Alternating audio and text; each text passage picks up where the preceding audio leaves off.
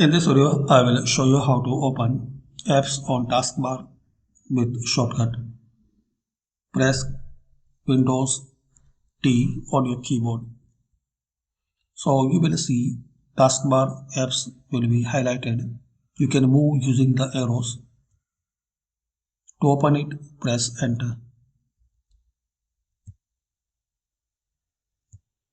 Like this. Windows T.